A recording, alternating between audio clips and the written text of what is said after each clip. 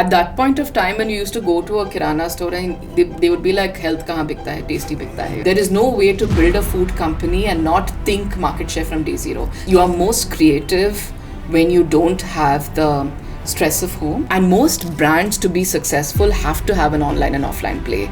You can't be 1,000 crore company with just purely selling in quick commerce and online, because you have to sell for India.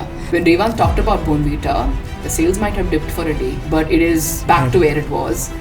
The highest selling product on Flipkart is still Maggi, even after the Maggi fiasco on the lead or whatever, right? What it means to go through an acquisition, especially with a company like ITC, large conglomerate. And do you think, however, an entrepreneur can have it all? Hello. Before we get started with this episode, I quickly wanted to share that we are now a part of the Zerodha Media Network.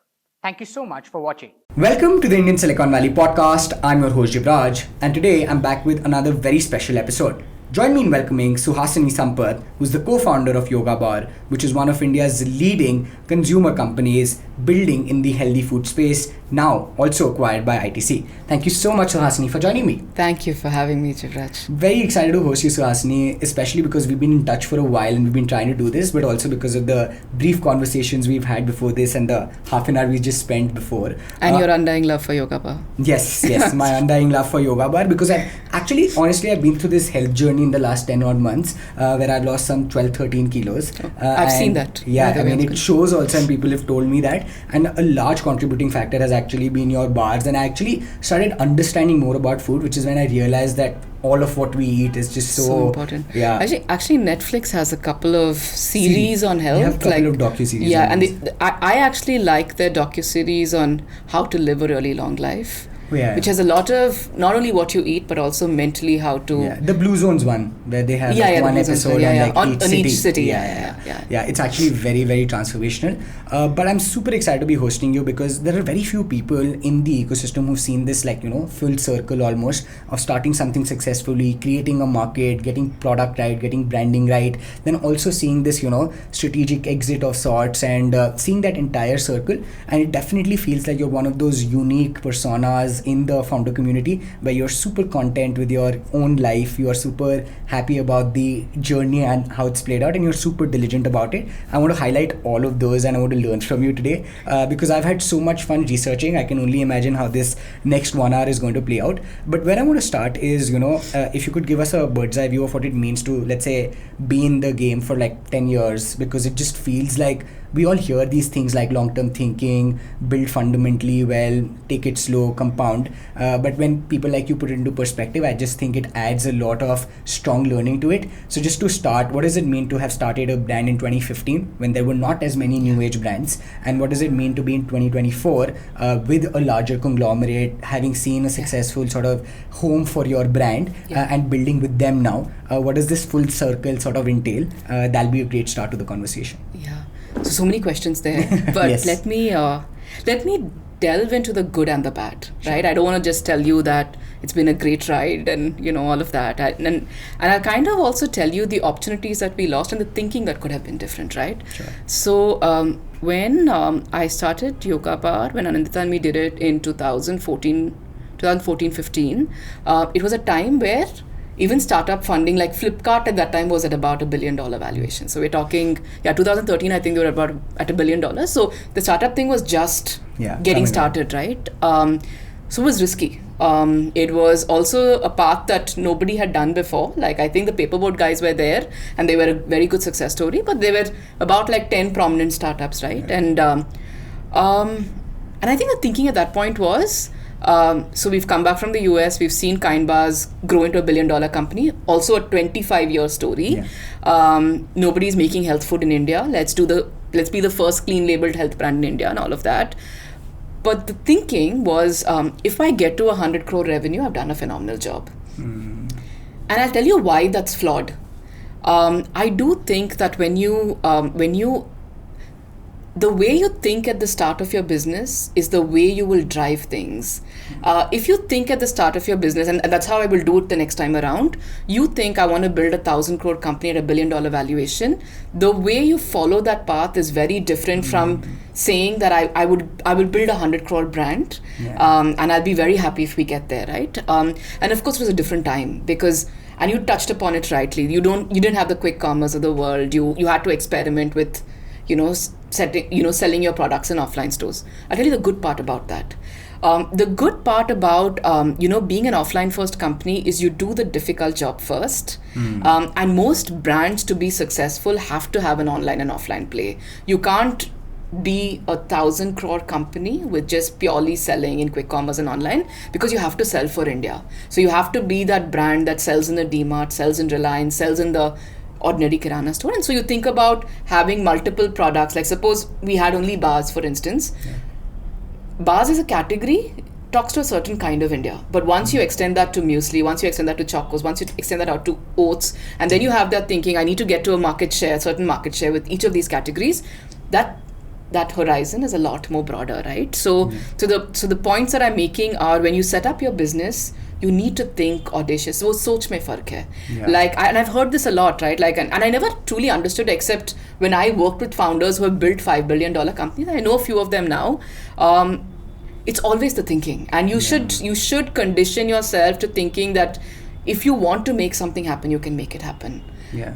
So that's on the part of how we started Yoga Bar. But I would say that we also started at a very difficult time.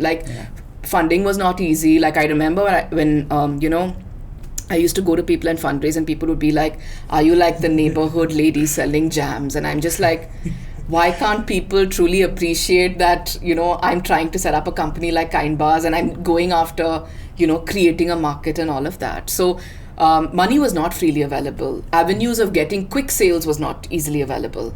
So you needed to do a lot of the hard work back in the day. Today, of course, you have a lot more enablers. So that's how business is different today. So that's fundamentally how things are quite different. Yeah, no, but it's amazing how it's played out, and so true, right? I think large part of, just a quick parallel, is when I started the podcast, the expectation was very low, because I was just getting started. I didn't know how large it could become, and to have that now transformation to say that it can be big is a journey in itself. But it's lovely how it's played out. I want to touch upon a couple of the difficult calls you had to take, right? Because you mentioned this in the episode with Shantanu at the barbershop, that building in food is just so difficult. Right? And especially then in healthy food, a category which is growing, still it feels like it's growing and it's not there yet, let alone in 2015. What are some of these big trade-offs you had to make from a, let's say, category creation standpoint that would have otherwise been simplified? So maybe talk about what does it mean to build in food? What does it mean to build in healthy food then? Because your ingredients are costly, your gross margins are low. And you've addressed some of this, but I would love to just, if you can address challenges in building in F&B, especially, and then maybe in healthy, that'll be very fascinating to hear. Sure. So I'll give you perspective, right? And I love drawing examples. Personal care today, you sell at 2 rupees a gram. The first ingredient is water. Yoga Bar sells at 0.5 rupees a gram. The first ingredient is almond. So the fundamental challenge of selling food businesses, the gross margins are really low. So you are playing net of everything. You're playing net of logistics cost, net of everything. You're playing sub 30%. Then you have the people cost, because you have an offline sales distribution system, you have you have your marketing costs, and then you have your corporate overheads, right?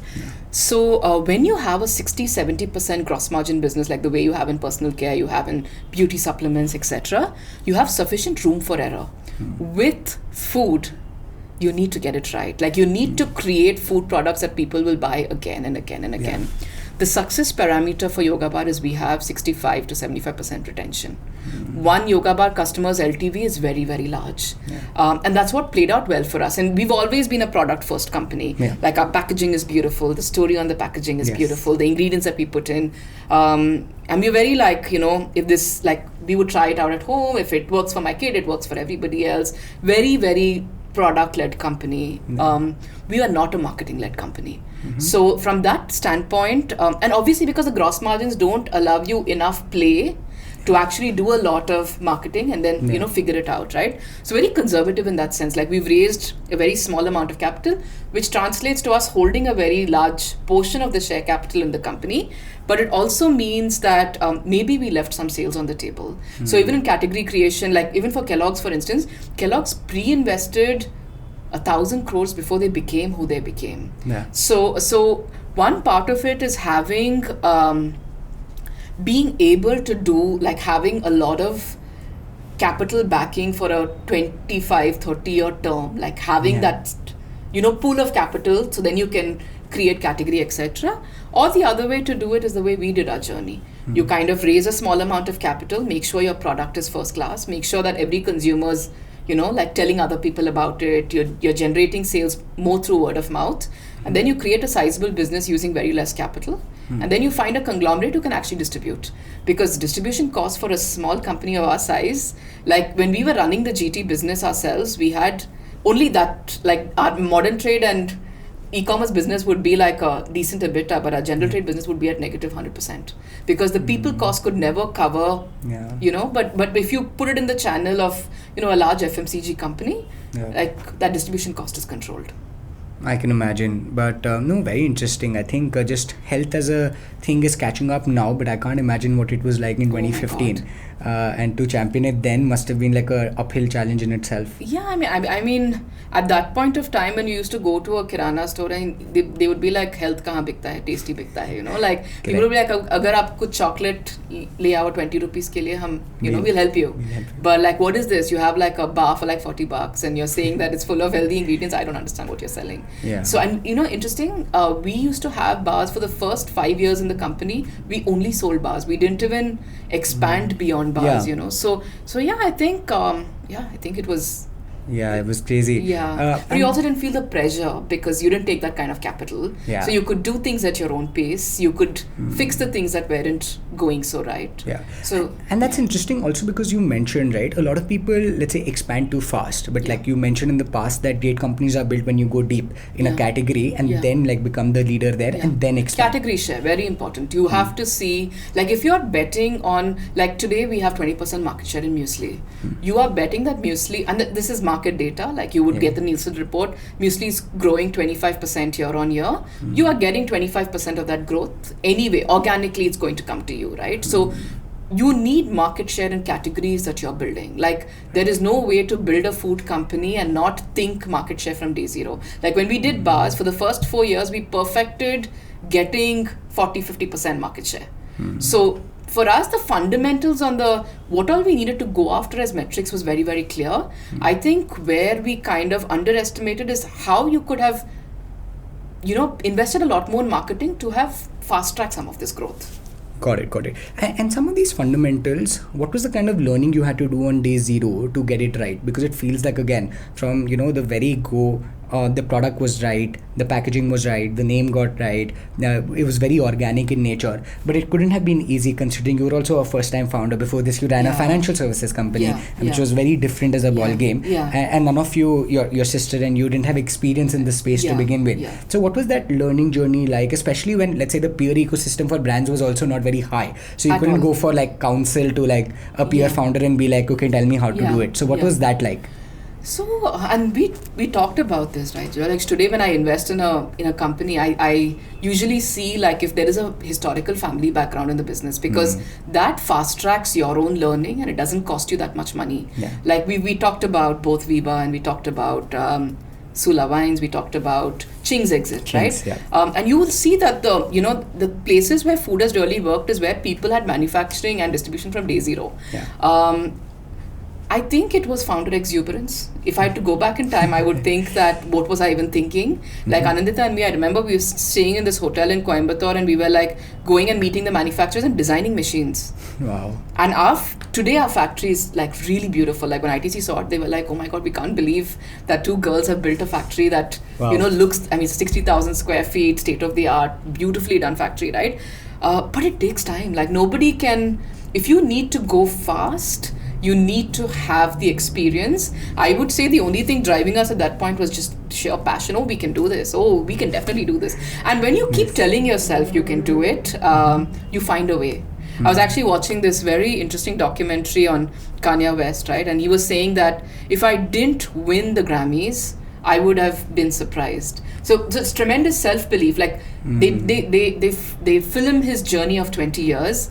And he's like, nobody believed I would make, but he was just a DJ. Like he was doing the background music for Dr. Dre and all of that. And when he finally won the Oscars, people are like, how do you feel? He's like, I always knew this should have happened. It's so wow. and I think confidence is different. Yes, and he has a very nice line in his documentary. He's like, if you don't believe, who do you expect to believe?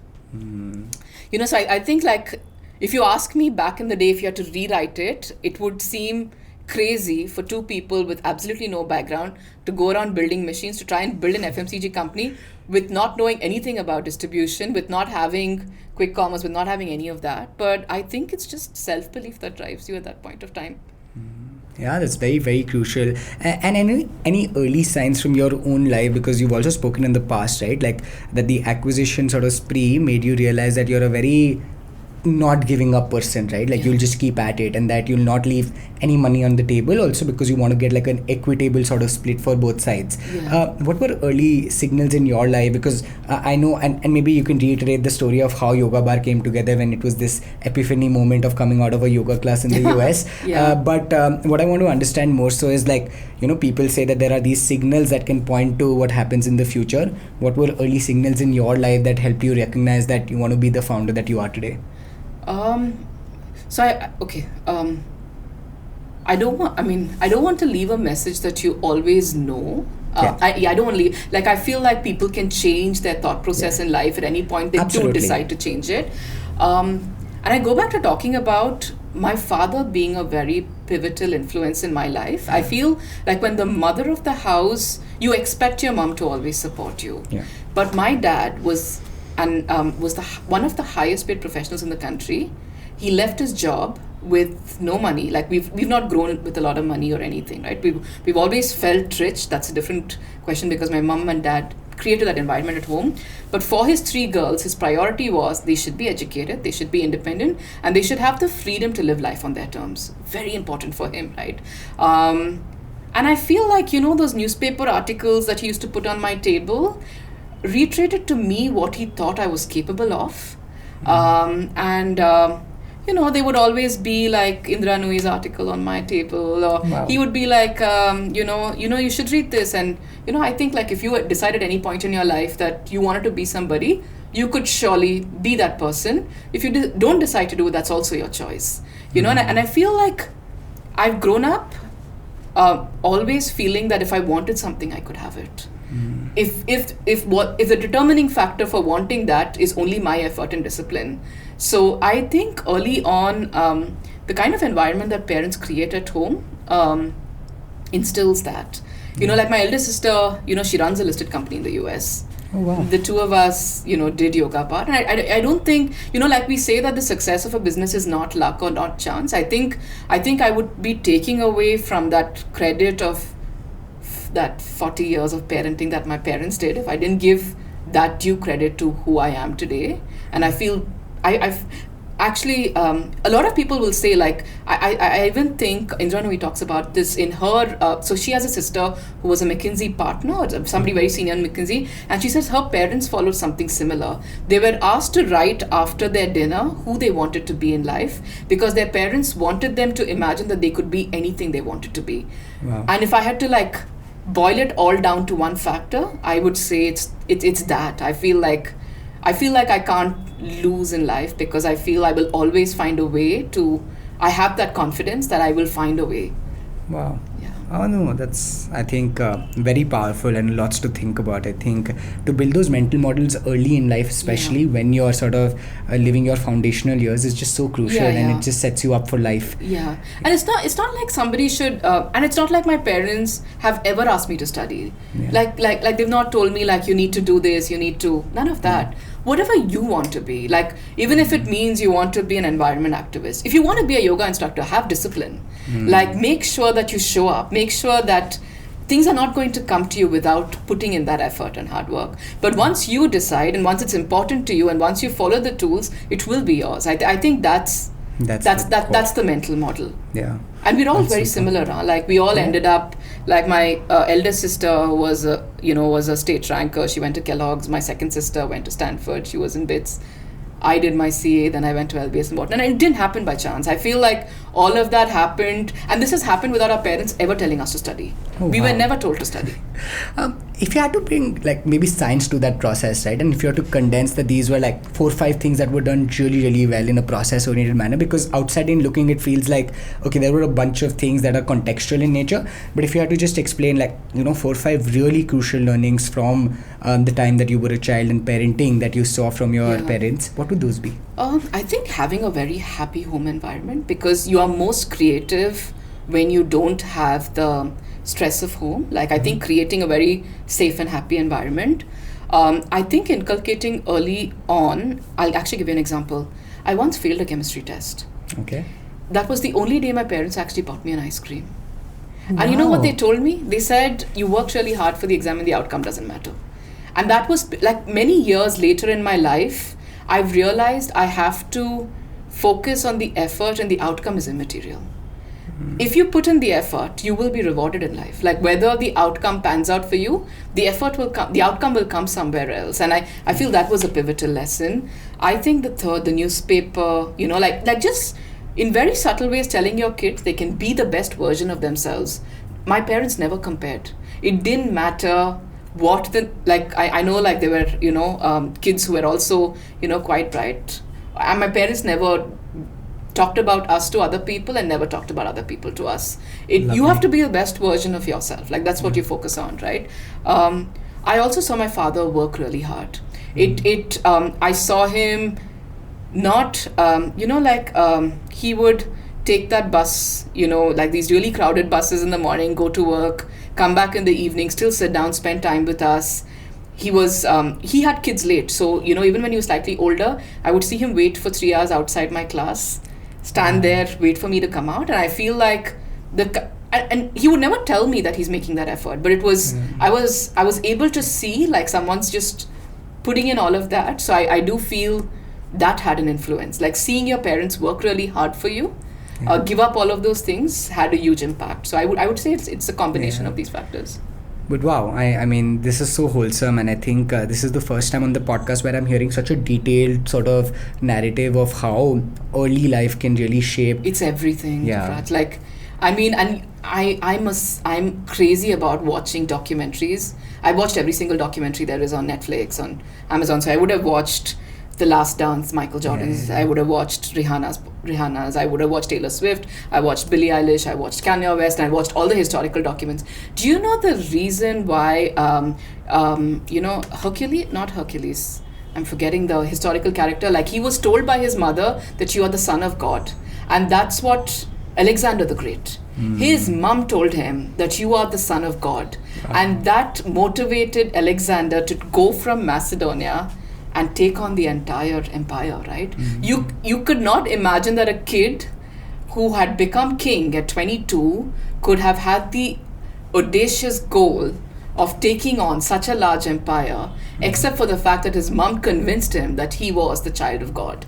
Yeah. So I'm saying influence of childhood is apparent in history. It's apparent in, how things have played out amongst, and any documentary will tell you that. Even Michael Jordan's discipline comes from even Serena and Venus Williams' dad, right? So I'm saying in sports it's obvious, in arts it's obvious in history, it's obvious, in many places. I think people really talk about it, but when you put it into perspective in a journey, I think it just adds so much context. As you were sharing, I was also thinking about my parents, and so much of how I am is attributed to completely them and the environment they've been I'm very grateful to have around because of them. So I guess this is great. Are there any learnings you take to you are a new mother, you were telling me, although it's been your child is for, and you talk about this very passionately, how you want to be like, be around for your child, that's your life, and you mentioned this a bunch of times in other conversations. How is that for you, and how does that sort of translate into your personality? So I think I'm quite... I don't know. I'll have to wait for my kid to say how good or bad a parent I am. But I'll tell you the one thing as an entrepreneur that I do focus on. I realize that for my child, it doesn't matter who I am. What matters is how I treat her, and I keep that in mind all the time. It's not okay for me to not be present and say I had work. That's less relevant to her, and I keep reminding myself, whoever you are, you have to be good at that role. And it's immaterial to a child whether your parent is the CEO of a company if you don't give your child time. And I remind myself of that every day, and that keeps me in check. Like, am I available for her needs? Am I available to kind of, listen to her, to, kind of participate in her? It's very important. Like, I think we usually, I'm not the kind of person who actually excuses myself and says that I should not. I'm quite critical. I'm critical of my role as sister, daughter, mother, wife, all of that, right? And I always question, am I doing justice to that role? You don't live your life saying that I just need to be a good entrepreneur and everybody should adjust around the things that I want for my life, right? You have to consciously ask, are you doing justice to that role with that person? And those relations, and to me, like, the key to happy, you're only as happy as your least happy child.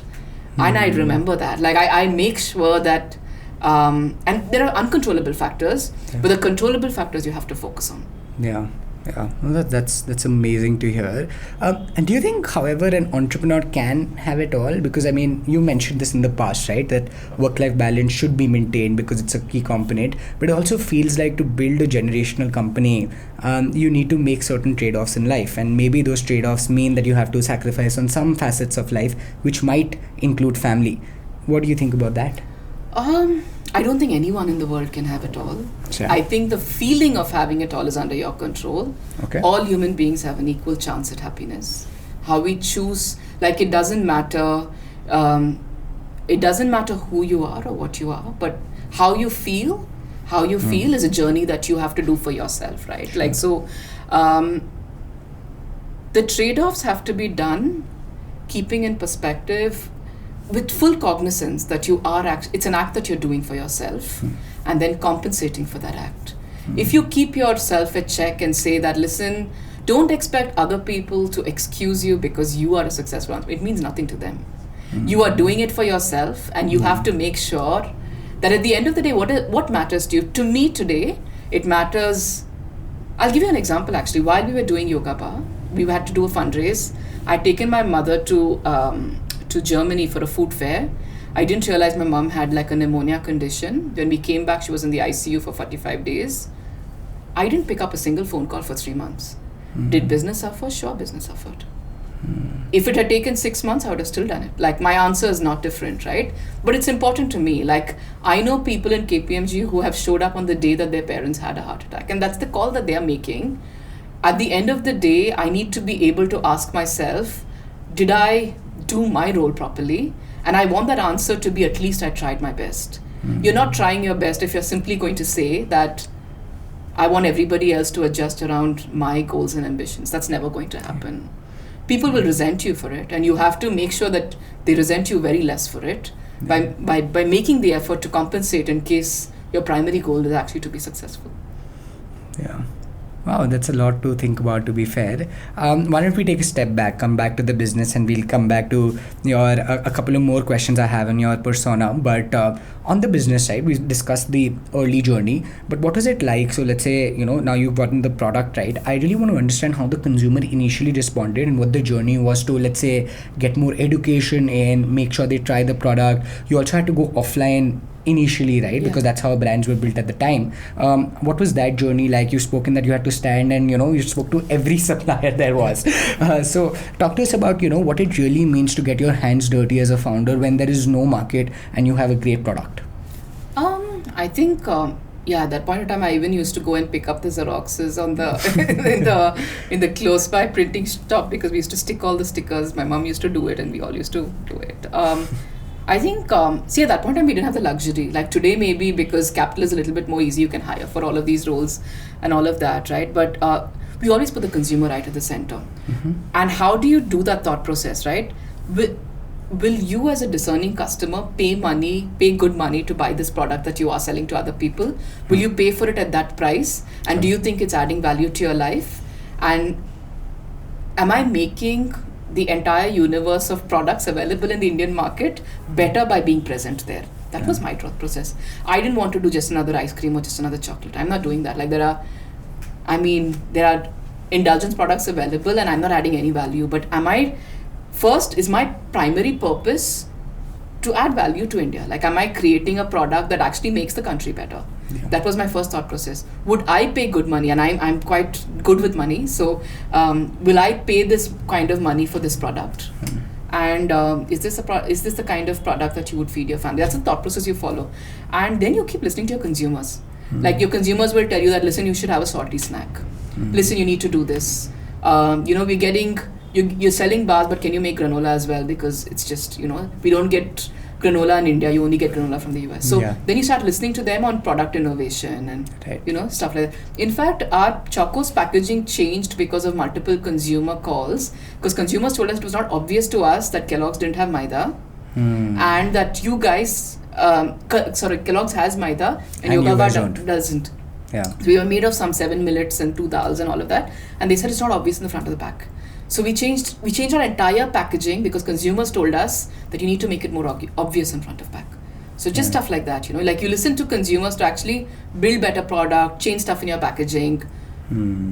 Got it. But like, how has the consumer evolved from, let's say, 2015 to 2024? Like, I'm guessing health has become a crucial impact. So we're reading front of the pack, we're reading back of the pack, we're reading ingredients. We're now more aware. We're now more willing to pay a premium if it has a healthy component to it. But what has that journey been like from your lens? Because early on, I'm guessing adaptation wouldn't have been very high. So how did that work out? I think I would still say that the health market, like now you have a little bit more health activists, right? Like you have the Revans of the world, who's a friend now, and we chat often. And and we were talking about this as well, right? I do think while consumers are more aware, Indian consumers still don't compromise for taste. So the health, while it might grow, it will still grow at a certain pace. It is still going to be expensive to educate the consumer. It still is not we were lucky we were early because we could build the compounding over a period of time. But today, like, the market is a bit crowded. You have a lot of products available. So you don't get that benefit of top recall. So you have to invest marketing dollars. And the sample size of the market is still quite small. While consumers are conscious, like somebody was giving me this data point, when Revan talked about Bonvita, the sales might have dipped for a day, but it is back to where it was. The highest selling product on Flipkart is still Maggi, even after the Maggi fiasco on the lead or whatever, right? You can't change the way consumers want to consume products. Especially that's been around for like so many years. But you can play the long game in case, in case capital is available and in case larger companies want to be a little bit more. The impact of yoga bars has also been that larger companies like Kellogg's and Britannia have started thinking health first. So they've made their products a bit more healthier. I think the larger companies are also following. And they feel regulated, like they feel responsible to answer to the consumer. 100%. Finally, in terms of the loop, right? The marketing piece is now very standard in terms of a playbook for any new age brand. You build a good product, then you start throwing marketing dollars and performance, and then you start figuring out what's next. There's influencers, a bunch of things. In your world, it was again different. We've spoken of the offline piece, but how do you think of brand fundamentally? Like, what are core components that you need to get right? And then how do you communicate that message impactfully? We were also talking about briefly, founder-led brands, etc. But what is your thought? Like, day zero, you're starting a brand in 2024. What would you today do?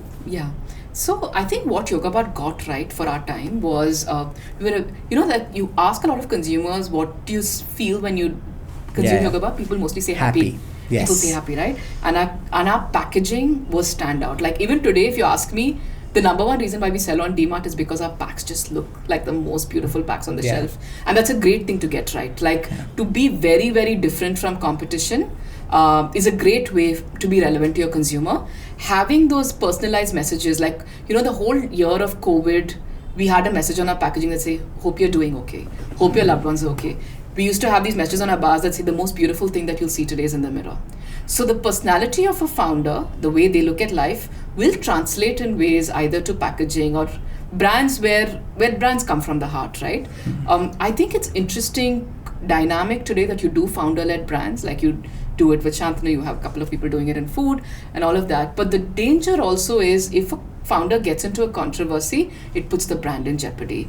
And it's not very often, we can love brands more than we can love People? Yeah. Because people come with their set of, like if you complain about other people too much, if you put down other people too much, or if you have strong opinions on things, it doesn't translate to nobody in the world can be positive and happy all the time. Yeah. And people are imperfect. Brands can be perfect. Brands can be consistent. Exactly that. Brands can be consistent. Yeah. And brands can shadow the bad things. Like you don't have to. I mean, my view on something doesn't have to influence the positioning of Yoga Bar. Yoga Bar will continue. Yoga Bar only has to focus on the nice parts about me. Correct. Like the positive, the happy, tomorrow will be better. It doesn't have to focus on the days that I'm miserable or the days I want to vent about something. But a founder-led brand, invariably because of social media and invariably because there are so many mediums to speak, it's easier to love a brand than to love a person. And that's the jeopardy. And also like... a brand has to outlive a founder. Yeah. It has to mean something beyond a founder, right? I think like the Dollar Shave Club in the US, the founder was a comedian, actually. Like, I don't know how many people know this, but he used to do stand-up comedy. Okay. And he used his brand to make the, to drive marketing. But the product by itself had a proposition of selling at $1 when everything else was $3.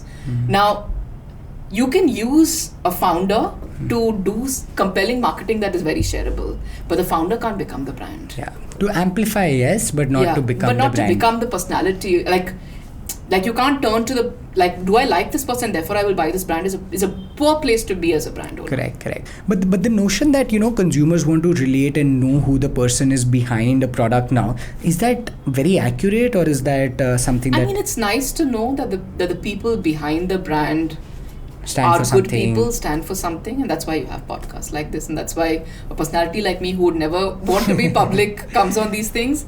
But no, I think it's less relevant to the purchase decision. You would be insulting the intelligence of a consumer if you think that you don't have to deliver a product at the right price, make him feel good, and deliver him value. Correct. Your fundamental role as an entrepreneur is to deliver a product proposition. It's not to assume that your personality can impact the decision. That's you would be thinking that your consumers...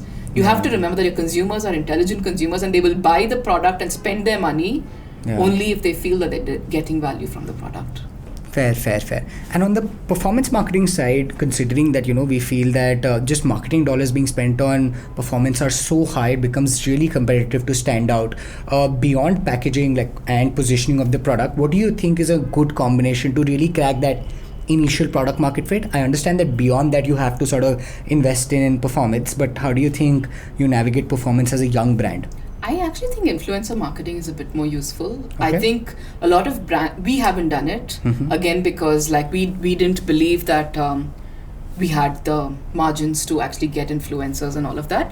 But I do think a lot of brands have leveraged personalities very well. I think 2Yum did a good job with Virat Kohli. At least it was brand recall. Now whether the product has to deliver, there's no excuse for the product delivering, but using influencers and using strong personalities to kind of drive that and doing equity arrangements with celebrities is a good way to actually build a brand. A lot of people, even the guys have launched the one with Ranveer Singh, the Bold Care.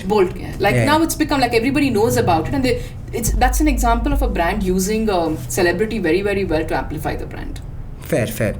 Awesome. The other piece about, Yoga Bar that I'd love to understand is the culture side of things. It barely gets mentioned, but you've been very passionate about how to manage people. You've been very passionate about hiring. We're briefly talking about, getting teams from other organizations and them thriving in the company. How have you looked at, being a leader in the org? You also got, your co-founder later in 2019-20? Yeah, my husband. Yes, Aditya. Yeah. So how did that play out? How did you look at team? How has that evolved as a journey for you? What is the leader in you beyond the product in the company, and how has that shaped you?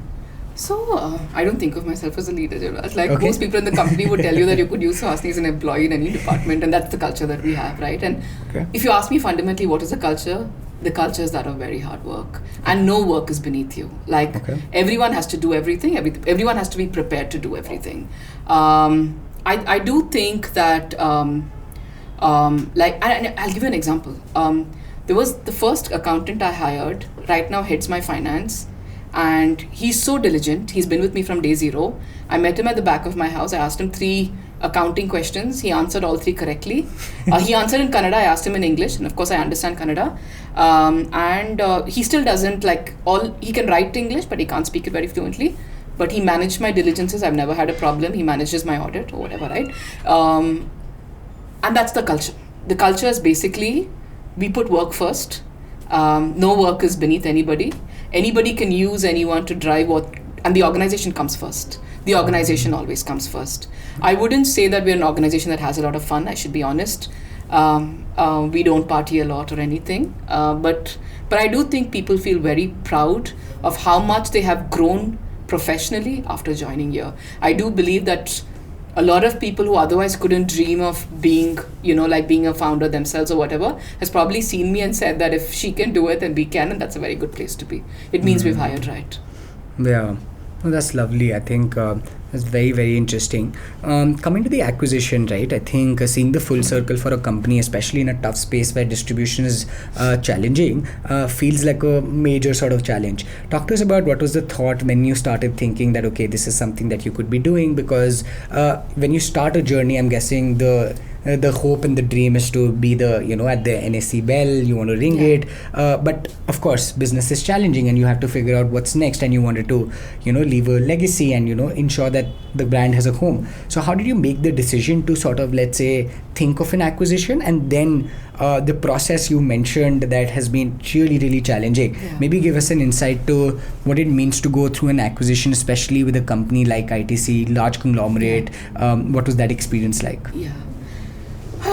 I don't think I ever dreamt of ringing the bell. When I start a company and think of doing it, I'm sure I'll get there. But this one I always knew what eventually, like even in the US, like I think Kind sold to Mars, and I think Cliff has also sold. Yeah, Cliff has also sold. Okay. So, and they're all billion-dollar companies, right? So, and I think the natural progression for a food company is less listing. It's more. Because FMCG brands are just so big and these conglomerates are large. Even Ching's, even Organic India, even all of them, right? Yeah. Like the natural course for a food company is actually a conglomerate acquiring you. That's the best course of action. Okay.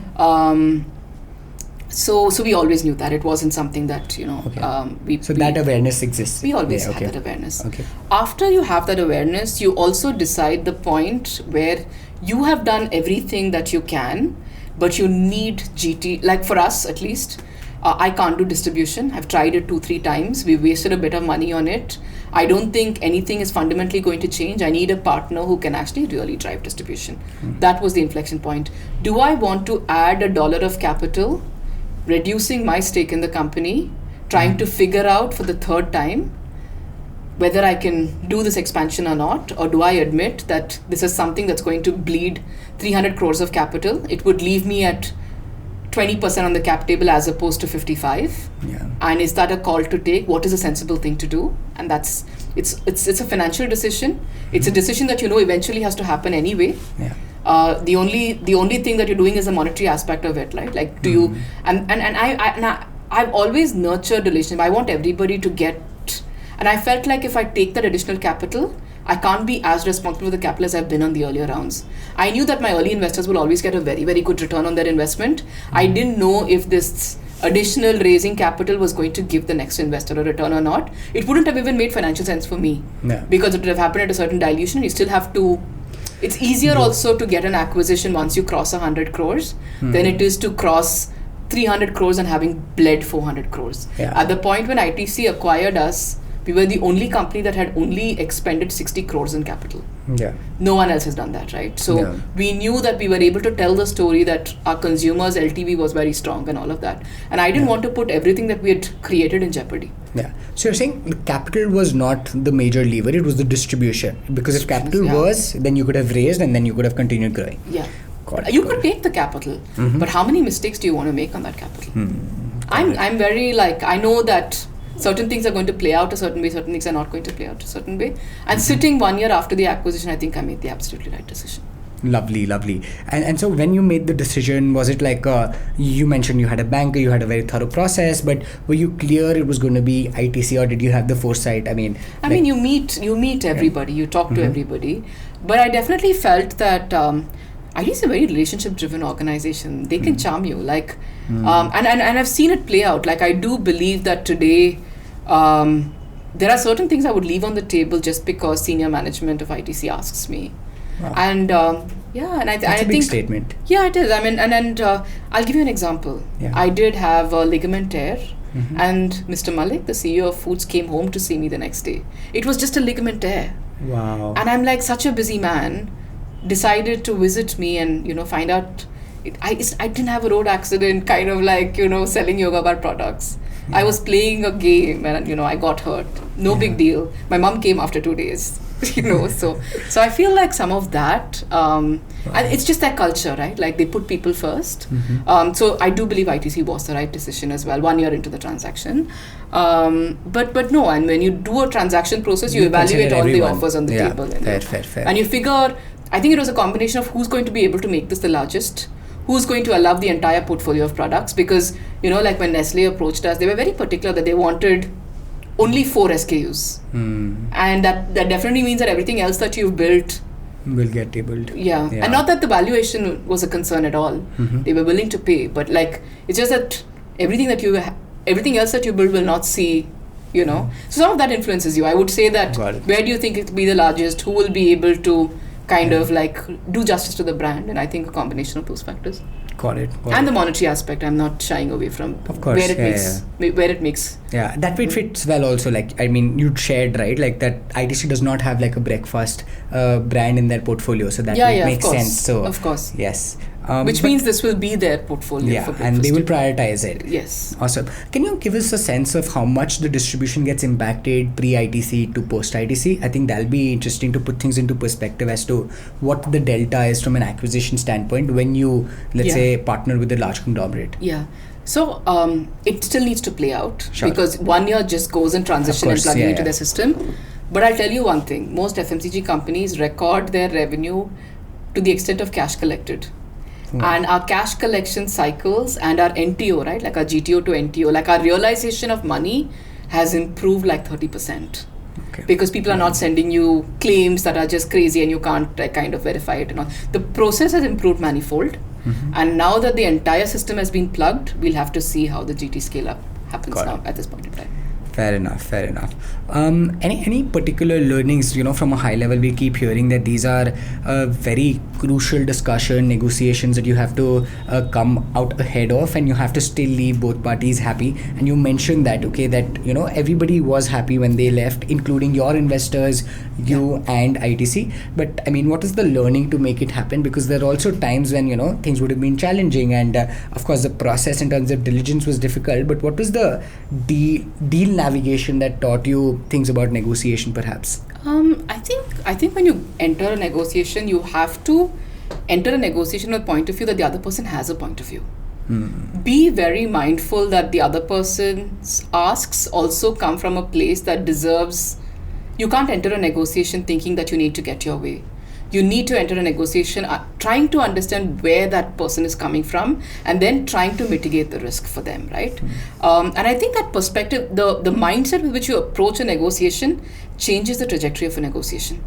You also have to table for yourself negotiables and non-negotiables. There are certain things that are just non-negotiable. Somebody asked me to stay for 10 years. That's a non-negotiable.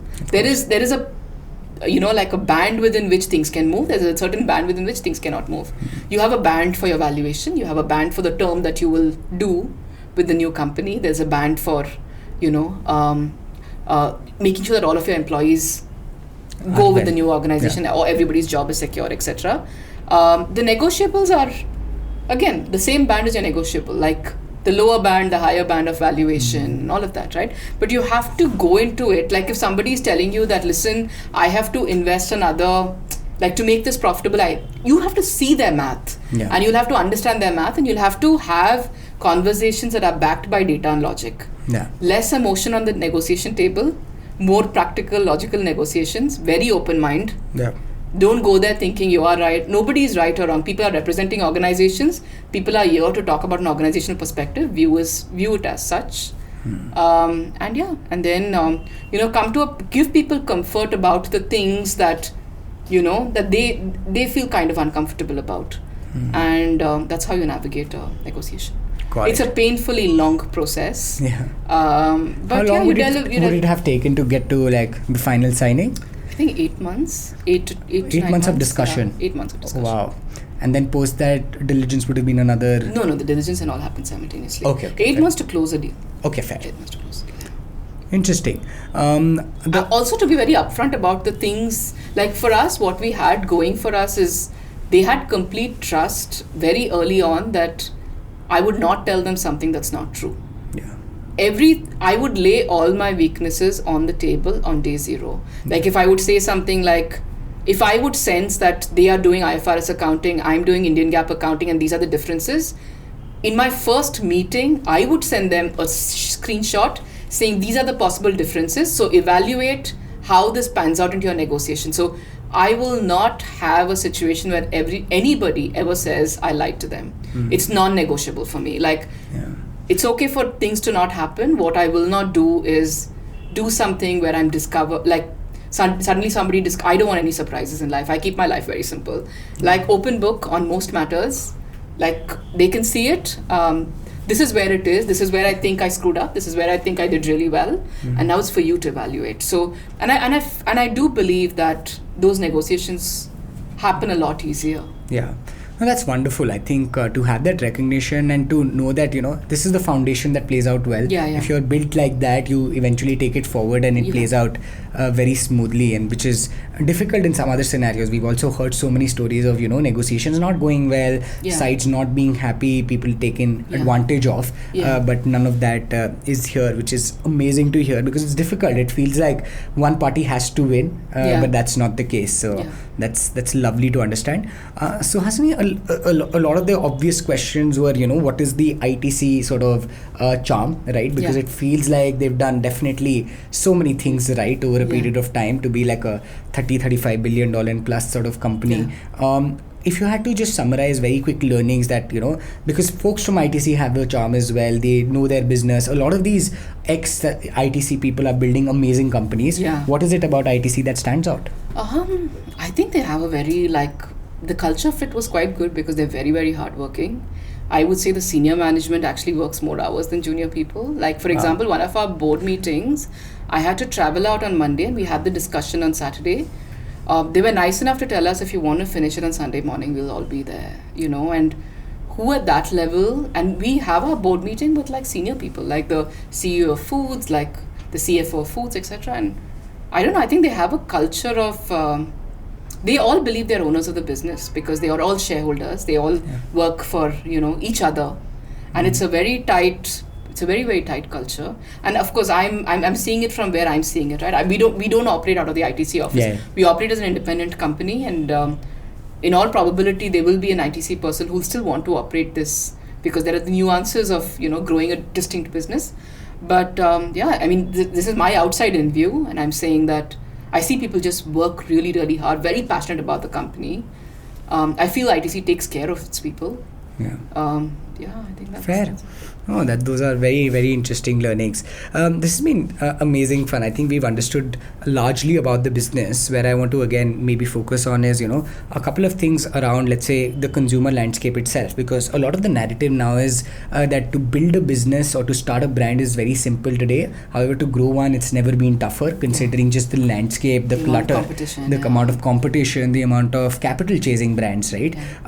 If you had to we were discussing briefly on a bunch of spaces before the recording started, but when you look at the consumer landscape, maybe two perspectives. One is the founder perspective, outside in, and the second is how consumer needs according to you have evolved, and thus white spaces that might exist. Just because you're an analytical thinker, you've seen the landscape evolve, you've seen other peer founders also do incredibly well in different spaces. What would you have to say in terms of what founders can look at and what people are wanting? I think India's going through this new age. I feel like when I talk to younger people, and I've been fortunate to invest in a couple of people run by really, couple of companies run by really young people, I do believe there is space for brands that celebrate individual identity. I feel brands need to go beyond product. I feel there's a space for that. I still think that the Fenties of the world need to play out in India. More inclusive brands, more talking about independence, more aspirational. I think there's a place for that. I would be very excited to invest, to also see how Indian designer brands that can really go global, because I do think we have some of the best artisans and weavers in the country. I don't think, like the Sabyasajis of the world have done with wedding clothing, but you can't wear it regularly. And when you have to play for the world and you have to create you create a global feeling, like a like a Jimmy Choo, like you create like whatever, right? You create a very large, like a Louis Vuitton, you create whatever that is. You can create an Indian brand that can hold the global map. You need to focus on global aesthetic. I'd be very excited to see if there are Indian designers who can truly do that. Sure. But on the spaces itself, on the basic consumer spaces, I think food is going to be very hard. I've said this multiple times. The gross margins make it close to impossible unless you have a family background and you have manufacturing and distribution on day zero. I think a lot of personal care companies have reached that inflection point of 200, 300 crores. I think that next stage of, and profitably. So it's going to be interesting to see where they go. But the space as such is quite cluttered. So how do you continue to sustain that sales, and how do you continue to create differentiated recall in the consumer is going to be interesting to see. Yeah, I don't know if that answers your question. See, apparel is at the end of the day, apparel is a working capital management and square feet. How much cash are you generating per square feet? I think there are some companies who have done that price point and quality very, very well. So I think apparel is interesting. Like if you see, Tata's shares have also done really well. Like the Trent has done really well because of Zudio, because of Zara and all of that. But you have to match that caliber of quality and price point. And you have to be very, very careful with the way because working capital in garments, you basically buy a piece for 500, you sell it for 2,000, but you need to make sure that none of the pieces, like you don't have a tail end of pieces that don't get sold. You need to be, and you need to pay upfront. Nobody manufactures until you give them the money upfront. So it's a lot of working capital because all of the money is paid in advance and all of that. So the people who manage that working capital really well, and learn to have stores that generate cash per square feet will win. Fair enough. Yeah, I think a lot of like interesting things are happening, but I mean, we will definitely see a lot of consumer premiumization, and that will lead to brands. But a lot of brands have already done well. Do you ever think about your next journey? What does that look like? Yeah, I mean, I feel like I probably want to do something that also does a lot of good to Indians. Like there has to be a social aspect to whatever I do, because money is, it's never been a primary motivator. Like I feel I want to do something that I can say that so many people were employed, we gave them value, their families gotten better. And I was thinking of Modern Fab India, but I want to play out each and every brand that exists. Like you create you create a line in each and every, like you create modern clothing. You think about the new age consumer and create a very modern brand which has multiple offerings, but it's also all sourced from Indian artisans. I'm thinking, but I'll have to study a couple of companies before I fully circle on that. No, very exciting. I think everybody will be taking a look when you start next because of the amazing journey you've had. In terms of being analytical about how you invest also, right? I was, for instance, very impressed in the conversation that we were having, and we were discussing about a couple of companies. If you had to summarize, and because you've been through the founder journey yourself, what are, just to simplify, outlier signals? Like talking to a founder today and having the wherewithal to imagine the future requires some amount of pattern matching in knowing what do outliers look like. And I'm simplifying and giving that adage only because that's the best definition of a successful founder in my opinion. Outlier. What do you think an outlier founder looks like when they're young in their company journey? So I'll be honest, I think most people will surprise you. Most people who really want something will make it happen for themselves. I'm truly a believer of that. Okay. But the things that I like, this is not indicative of the other person, it's more my preference. I like people who understand brand. I really love marketing. I love people who can build beautiful brands. So that would be an outlier for me. Like if somebody gets look and feel, gets the feeling beyond the brand. You're not selling a product, you're selling a feeling. I feel like people should truly understand that. Like I would say that is important to me. I would see how the thought process is. Like how are you thinking about Like even having a very audacious goal without a plan and process is not useful. Like it'll always come down to the steps in that journey. For me, somebody with a lot of integrity, I actually appreciate people who actually say that these are the things that will go wrong. It shows a certain amount of integrity, conviction, foresight. I really like that when people say that these are the reasons why something might not play out, and we'll have to figure that, as it goes along. Yeah, no, fair enough. I also realized in my research it came out that you are very data led, right? And the cross question there is a lot of people are very intuition led, especially in brand. They get it right. Out of curiosity, considering also because you mentioned you live a very minimal life, which means that you're not a very avid consumer, right? How do you think of intuition versus, let's say, data in things like building for the consumer, because it can feel like a double-edged sword? Do you need a balance of both? What is the best approach there? I'm a curious person in general, Jibril. Like, I'm very, very curious. I watch 60 documentaries a year. Okay. So your intuition doesn't develop only by your own purchase behavior. Okay. It also develops by witnessing other people's lives. It also develops by witnessing. I might never buy a Louis Vuitton, but I watched the documentary. I watched the documentary of every single premium brand that was built. If it's available, I would have watched it. So I'm saying I'm intuitively curious because I'm just curious, and how, like I would have even watched something like the life story of the current designer of Balmain. I would have watched it.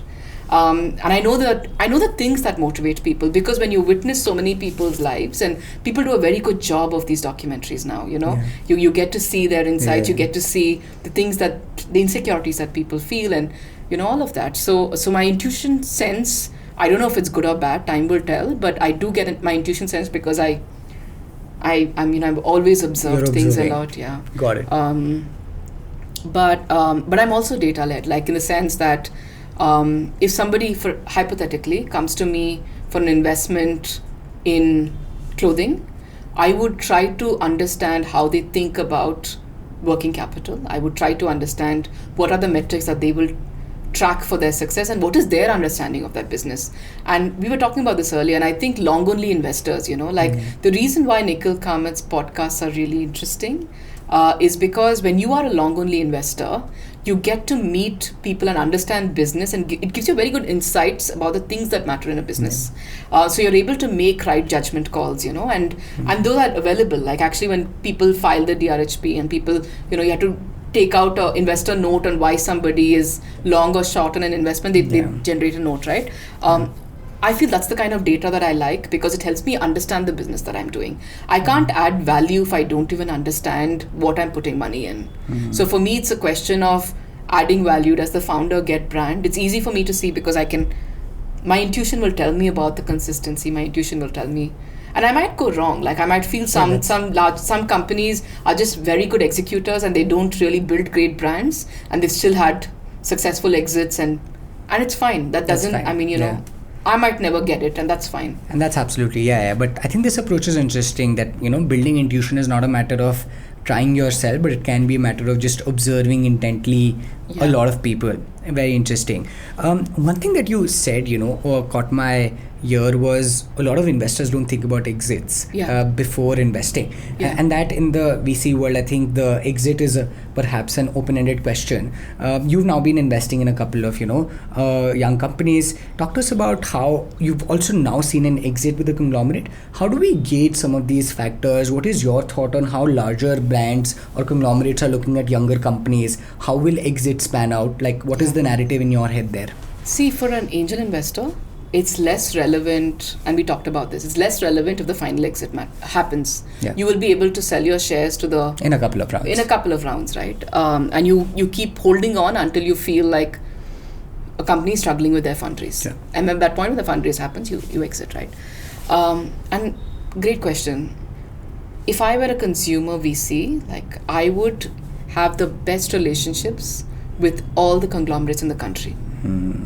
How difficult is it with, how well connected we are as a world, right? Like I would ask the larger companies, what are the areas in which you want to buy companies? And then accordingly invest. Because, I see companies like even build like such deviant categories, right? Like you're selling chocolates on the one hand, you sell whey powder, and you sell, how will a conglomerate ever buy you?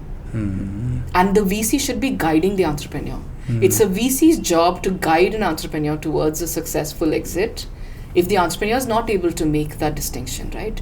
You can't on the one hand, it's sell baby food and sell something noodles, right? It just doesn't, how will a company buy you? You have to stand for something, and you have to stand for something, and you have to stand for the things that a conglomerate values you at. Correct. Because it's very and you have to know certain categories the exit is possible only a certain way. In a certain category a conglomerate needs to buy you. In a certain category you can go IPO. IPO is a difficult process, but the only path out is an IPO. So if you don't distinguish between what is a path to exit and talk to the people who will finally do that exit, you're not making a very informed choice. That's what I mean by data led. For me, I'm a risk averse investor. I'm okay with not getting the multi 10x baggers, but I'm very clear that every place where I put money, I need to get a certain return. I need to be sure that the capital will come back. And therefore, the way I view it is I will close the loop on that. I will find out if all the macros make sense and the company is building a very consistent. Right.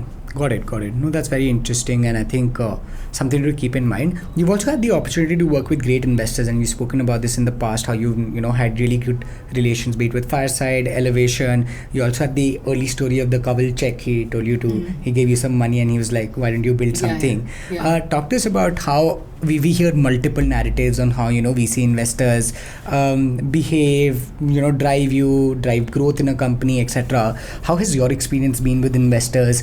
How as a founder, if you had to do this the second time, what are things you would consider in an investor before taking capital from them? See, you have to match the investor with your personality. And you cannot ignore history. If historical behavior of you have to do your due diligence, right? If historical behavior of an investor has not been successful for the kind of business that you are building, unless you do something drastically different, you will not have a different outcome. So you should be very, very clear about that, right? I think one has to marry personalities. Certain funds have a thesis to do very alpha investors. If you're not that alpha personality, avoid those funds, because you're never going to be able to match up. You're never going to be able to do things a particular way and think that money is going to solve problems. It could in certain categories that you're building. Suppose I was doing a retail, bet. Suppose I was doing a retail chain. I need a lot of capital. Then you have to be okay to run that fast. You have to be okay to do those 16, 18 hours and be very mentally prepared that people have a right to ask questions if they've given you money. Fundamentally accept that. You as a founder don't escape the right, or no question is stupid when it comes from the person who's given you a check. He has a right to ask you, and you have the obligation to have dealt with his money in the best way possible. Not for personal gain, for him to gain. And that's the reason he's given you the money. That equation you should understand. Nobody is your family. I mean, if your family is giving you money, they're okay to write it off. You can't expect an investor to not ask you questions once they've given you the check, right? They have every right to do it. So you have to, what you promise you should deliver. And if you're uncomfortable with the way someone else is playing out the journey, it's better to stay away. Elevation and Fireside were always, they have a long-term bent of mind in the way they were doing the business. And for that time in my life, for the business that I was building at that point in time, it made sense for me to pick an investor that wouldn't just say that take a lot of money and solve a lot of your problems. Got it. Very, very fascinating. I think very strong mental models on all of those fronts. For you, I mean, having seen the entire vintage of brands having started in 2015, are there any significant parallel stories that stand out? Any new age brands that really fascinate you, journeys that you look up to? I think I've talked about this. I think Mamaearth is an example of execution brilliance. I do think that the founders were able to execute very, very sharply. They were able to use capital well, but they also always had a financially very strong business. For example, their business margins. Their margins, and they were almost break even at 400 crores or whatever, right? So they've used capital also very well. That's one example. I do think there are some brands. I love Forest Essentials. I think they've built a beautiful story. I think they've stood for a certain consumer. They've created a profitable model. They've created a certain kind of desirability. And I think like the Good Earths of the world, but they're not invested companies. I think they've built out that story over 20 years and they've built it out very, very well, but they have a consistent brand. Absolutely. So, some of the... Fair. No, awesome. I think this has been very, very interesting. I'd love to gauge a couple of, as we conclude, couple of final aspects of your personality. And also to say that, again, I'll reiterate, when I was just going through your journey, it felt like you were very content, and you mentioned this, with where you are. You're not in a rush. You're okay with like slow growth if it means you're at peace with other aspects of your life. How do you make some of these trade-offs as a founder? And what do you stand for as a person to begin with? I'd love to understand, because it feels like very strong value-led. We spoke about a bit of this in the middle, but what are your values and where do they originate from? I'd love to understand. Things like contentment, minimalism, not being very, you eat the same meal every day is what you mentioned, same 3 meals every day for a long amount of time. Where does that come from? I don't know. It's difficult to decipher your life and the choices that you make. And it's not necessary that you'll always make the same kind of choices at different stages in your life. Contentment is a bit more under your control. Happiness is not. You can always choose to be content. All of us, right? Like it's not something that's unique to me. Sure. I don't know. So for me, I derive so much of joy with. I just think we're so lucky. Like I truly believe that. Like when I get up in the morning, I don't know. I practice gratitude. Like I'm very happy that all of us woke up that next morning. I'm happy that it's a trained muscle. Yeah, maybe it's trained. Maybe I don't know. I remember my time in KPMG. Also, people used to always say like, "Why are you so happy all the time?" I don't know. That's lovely. I've always just been. I think I went through a very, very difficult phase when I lost my father.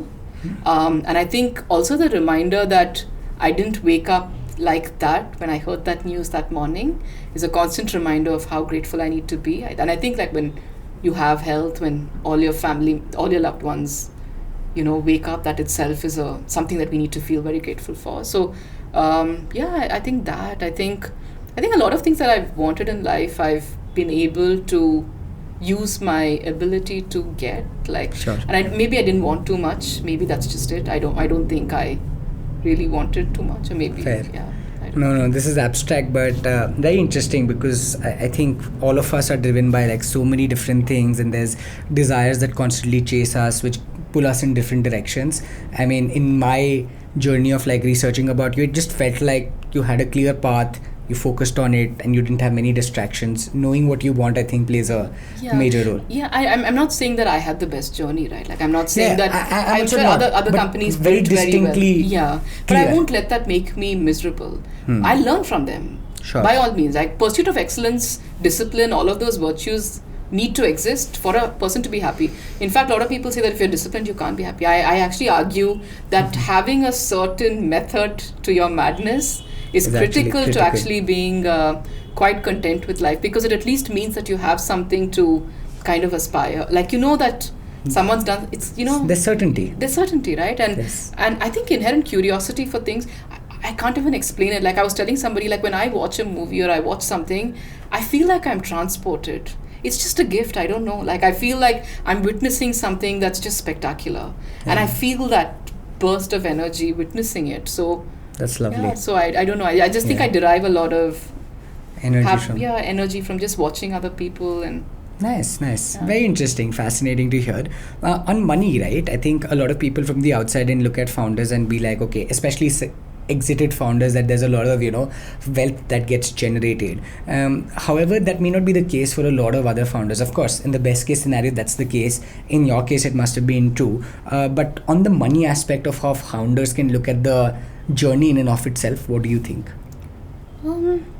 Money is an interesting topic. I don't know so many cases where spending money actually contributes to happiness. I think you can buy a few things, but I think that happiness goes away once you think you already have it. Yeah. I don't think money by itself can make you feel a particular way, but I do think that how far you got to is an indicator amongst your peer groups of how successful you are, and maybe that translates to some sort of respect in a certain peer group, which could make you feel a certain way, like feel a bit empowered. I try to avoid those circles because I don't. Sure. I inherently remind myself that it doesn't matter who you are, we're all equal. That's a cultivated habit. It doesn't matter. Everyone deserves to be treated exactly the same way. It's irrelevant to me if you are a billionaire. It's irrelevant to me if you are helping me at home. Everyone deserves to be treated the same way. And I think, I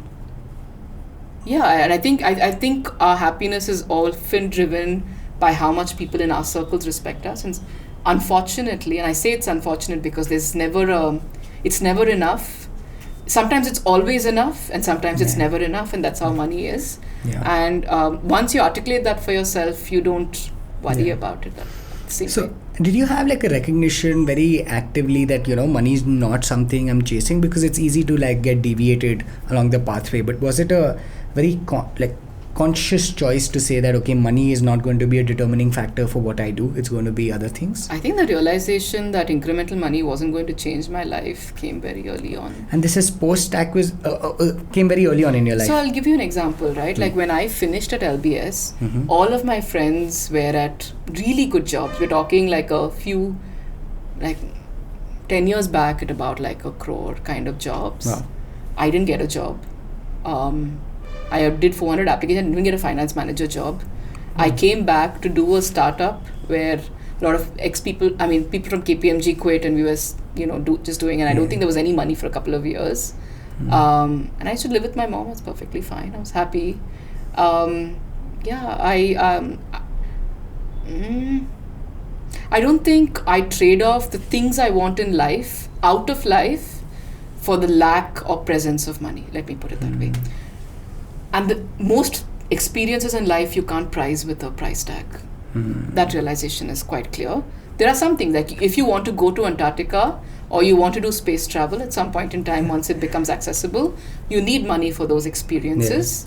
But I will always, but the journey to getting there is always far more important than actually achieving that or experiencing that. You don't set up your life and set up to do things that you don't want to do just because you want X or Y. Yeah. That's super crucial, and a lot of wisdom there. Wow, this has been really, really interesting. I think on an overall basis, I've learned a ton today. As we close, I think there are a couple of, just general questions that I ask most founders who have been on the show. One of them that is specific to you is just, you've spoken about relationships, but the thing about them is, is very, very non-controllable. You can only control one side of the equation, right? But you mentioned that you have friends which are from your teenage. You've mentioned briefly in this episode itself how you really value each of your responsibilities as a human. Talk to us about what life has taught you about relationships. I think just because we see a lot of capitalism, which is great, and we talk about businesses, so we sometimes forget that side of the equation. But how has that played out in your life? I think saying that relationships are not controllable is very lazy. Okay. I personally feel like that's just not taking responsibility for a relationship to work. Okay. If you want a relationship to work, you have to put the effort. And, and that Netflix episode where people live 100 years.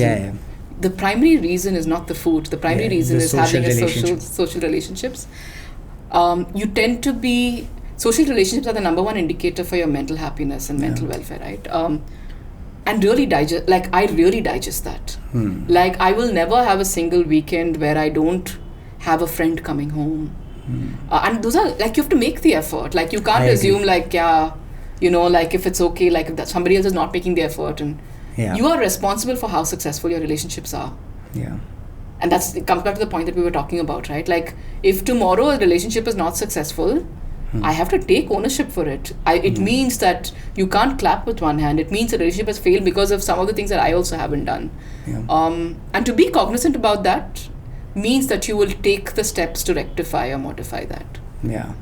And you will be as happy as the relationships are around you. It is true. I would any day trade off everything that I have to have a peaceful, happy home. Yeah. I mean, it's not even like I won't even think. It's not even like I would just give it like I. For it. Yeah. No, that's very crucial. I think one of the questions people ask is like, what do you believe in that you can't prove with data? And I often say that every relationship in your life requires strong effort and care. It feels effortless only after you put in the work. And I don't think I have data to back that, but I think you just like the way you mentioned it is very, very crucial. I'd love to understand, this is a question that I usually receive, a fumble in before they answer, but if your friends had to describe you, what would they say?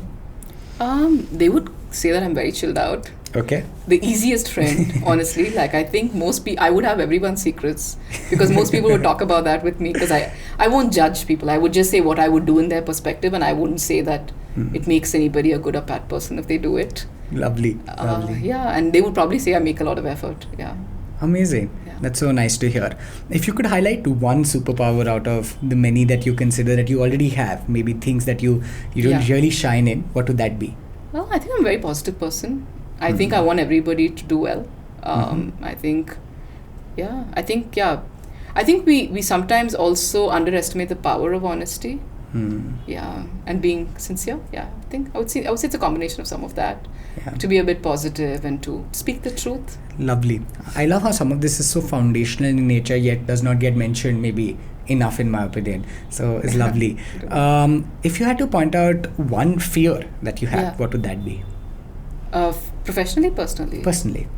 I mean, if anybody has a health scare, I mean, I worry about it constantly. Like, I would definitely think about, like all of us have, like I don't want to mention it, but like to jinx it, but like we all have, family aging, and I fear about losing people. I fear health scares a lot. And that's my only fear, actually.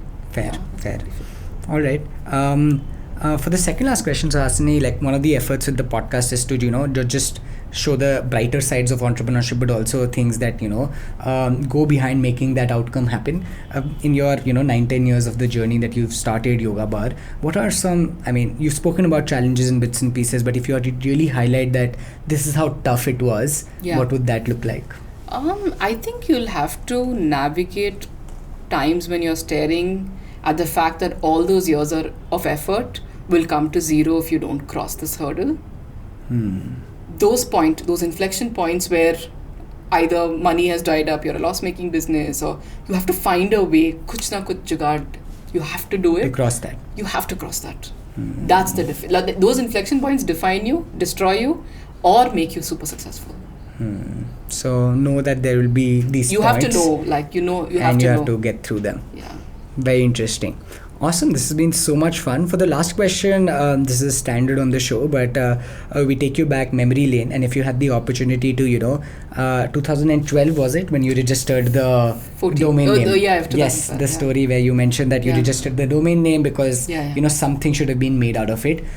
If you could go back to that day and tell yourself a couple of crucial primary learnings that you would take forward for the next 12 years to present day, what would that look like? I've kind of alluded to it, but I would say that believing at that point, not 100 crores, but 1,000 crores. Thinking FMCG and not just food, which means you could have built a yoga brand out of personal care, everything, right? Like you would have built a clean labeled everything. Those are the fundamental two things. And investing in people. Like we got senior management on very late in the journey, but that could have really helped us kind of scale much better very early on. Got it. Amazing. These are very, very crucial and very, very nice. Thank you so much for being so kind and amazing on the show. I can tell you for a fact that I've had such a nice time. I think on a fundamental basis, a lot of learnings for just like living in general. I don't know how philosophical that is, and I don't mean to make it sound like that, but just learned a ton, and this was a great conversation. Thank you so much. You're very kind. Thanks. Hello. If you made it this far, you've probably watched the entire episode. And if you've done that, I'm really grateful. I and my team try to put in a lot of effort to ensure that we can bring the best quality content to you. So if you liked the episode, if you watched it thus far, my request to you is to share it with people, to subscribe to the channel, and to ensure that we can keep growing. We are everything and anything only because of you, our listeners. Thank you so much for tuning in. We'll keep bringing to you amazing content. Cheers.